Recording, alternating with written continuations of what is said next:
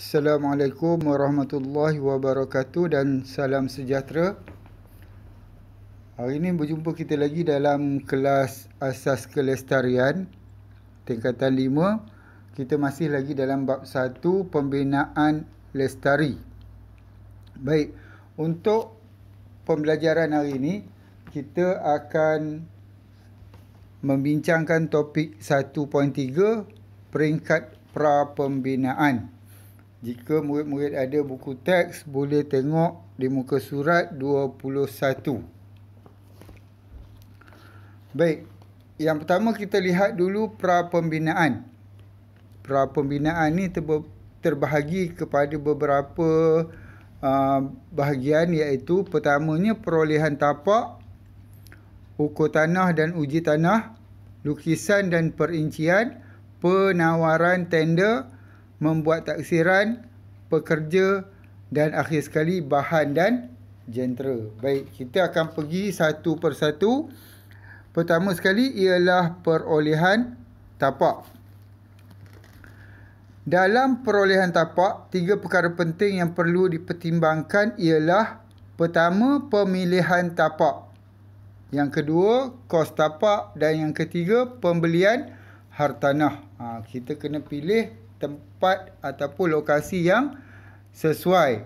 Kemudian kita kena ambil kira harga dia, sama ada mampu untuk dimiliki ataupun tidak. Jika kedua-dua tu dah okey, kita barulah buat pembelian. Pembelian ni melalui beberapa kaedah lah, nanti kita lihat. Pemilihan tapak. Pemilihan tapak ialah faktor penting dalam menyempurnakan sesuatu projek pembinaan. Bagi langkah ini, klien dan perunding perlu melakukan lawatan tapak bagi melihat tapak tersebut. Tapak yang dipilih perlulah mempunyai keluasan yang sesuai dengan jenis pembinaan. Yang kedua, kos tapak.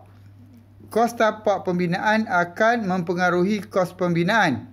Anggaran kos bagi sesebuah tapak pembinaan bergantung kepada beberapa faktor, iaitu: pertama, jenis tanah. Terdapat banyak jenis tanah yang ada di tapak bina seperti tanah liat, tanah gambut, tanah pasir dan tanah paya. Jenis tanah ini akan mempengaruhi kaedah pembinaan yang akan dilaksanakan. Okey, dia berbeza jenis tanah, berbeza juga kaedah pembinaan. Sebagai contohnya, pembinaan asas. Apabila tanah paya dibandingkan dengan tanah yang berbukit, dua tempat ini akan menggunakan pembinaan asas yang berbeza. Jadi kaedah pembinaan juga akan berbeza. Seterusnya, yang kedua ialah status tanah.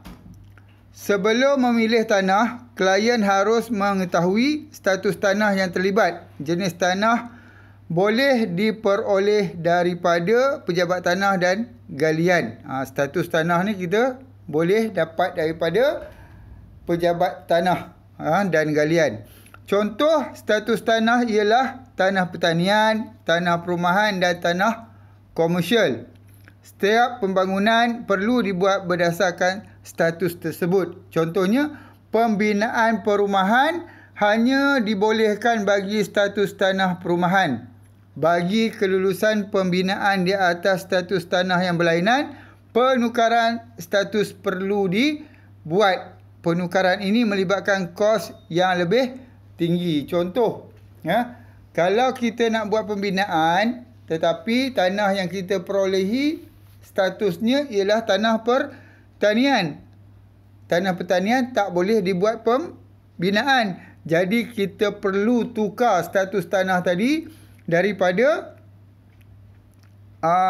pertanian kepada perumahan. Penukaran status ini akan melibatkan beberapa jenis bayaran lah. Yang seterusnya ialah lokasi tapak. Lokasi tapak merujuk kepada kedudukan tapak yang ingin dipilih. Tapak yang berdekatan dengan kawasan bandar dan hampir dengan kemudahan awam serta mempunyai kemudahan prasarana yang akan lebih bernilai. Ni lokasi ya. Sama ada ia dekat dengan bandar ke, dekat dengan kemudahan ke, jauh di dalam pedalaman ke. Ini ialah lokasi. Yang seterusnya, rupa bentuk bumi. Rupa bentuk bumi sama ada berbukit, landai atau mempunyai cerun, memberi kesan kepada kos tapak. Bagi kawasan yang berada di kawasan berbukit, kos pemotongan dan penambakan diperlukan. Berbanding dengan kawasan yang landai, kawasan berbukit ni dia melibatkan kos yang tinggi sebab kita akan melakukan beberapa jenis kerja pemotongan dan penambakan supaya kawasan tu menjadi rata untuk kita dapatkan aras bentukan. Yang seterusnya ialah sumber kewangan. Sumber kewangan merujuk bagaimana sumber kewangan diperolehi oleh klien. Namun, terdapat banyak sumber kewangan seperti wang sendiri, pembiayaan bank atau gabungan kedua-dua sumber tersebut. Maknanya kita boleh guna duit kita sendiri campur dengan duit pinjaman daripada bank. Sumber pembiayaan daripada bank mempunyai kadar faedah tertentu dan perlu dibayar balik dalam tempoh yang ditetapkan. Bila kita buat pinjaman, dia ada tempoh tertentu yang ditetapkan untuk kita melunaskan balik bayaran pinjaman tadi. Dan yang terakhir, bahan dan jentera. Proses kerja dalam pembinaan seperti kerja-kerja menambak, menimbus, mengorek, menggali dan memadat melibatkan bahan-bahan seperti tanah, pasir dan batu. Jentera seperti jentolak, lori dan penggelik turut digunakan dalam aktiviti-aktiviti ini. Ini proses kerja tanah lah ni. Proses kerja tanah dia melibatkan bahan dan jentera. Seterusnya kita lihat pula bagaimana kaedah pembelian hartanah. Pembelian hartanah merujuk kepada kaedah klien memiliki sesuatu hartanah sebagai tapak pembinaan. Rajah 1.13 menunjukkan kaedah pembelian hartanah. Baik, dalam Rajah 1.13 ni ditunjukkan dua kaedah pembelian hartanah, iaitu perundingan dan perundangan. Perundingan. Penjual dan pembeli akan berunding tentang harga jualan, tarikh pemilikan dan kandungan hartanah. Ini kaedah perundingan. Yang keduanya, perundangan. Melalui Akta Pengambilan Tanah 1960, kerajaan mempunyai hak untuk mengambil tanah persendirian bagi mendirikan kemudahan infrastruktur seperti jalan raya, sekolah dan hospital. Yang kaedah ini, kerajaan mengambil tanah daripada pemilik dia melalui undang-undang yang tak boleh ditolak.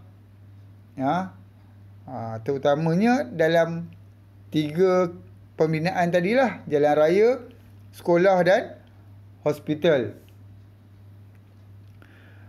Bagi kaedah ini, kerajaan akan membuat nilaian kepada hartanah tersebut dan memberi pampasan kepada pemilik tanah. Jadi kerajaan dia tak ambil saja-saja. Dia akan bayar pampasan kepada pemilik tanah itu berdasarkan kepada apa yang ada di atas tanah tersebut. Apa yang ada di atas tanah tersebut, rumah ke, pokok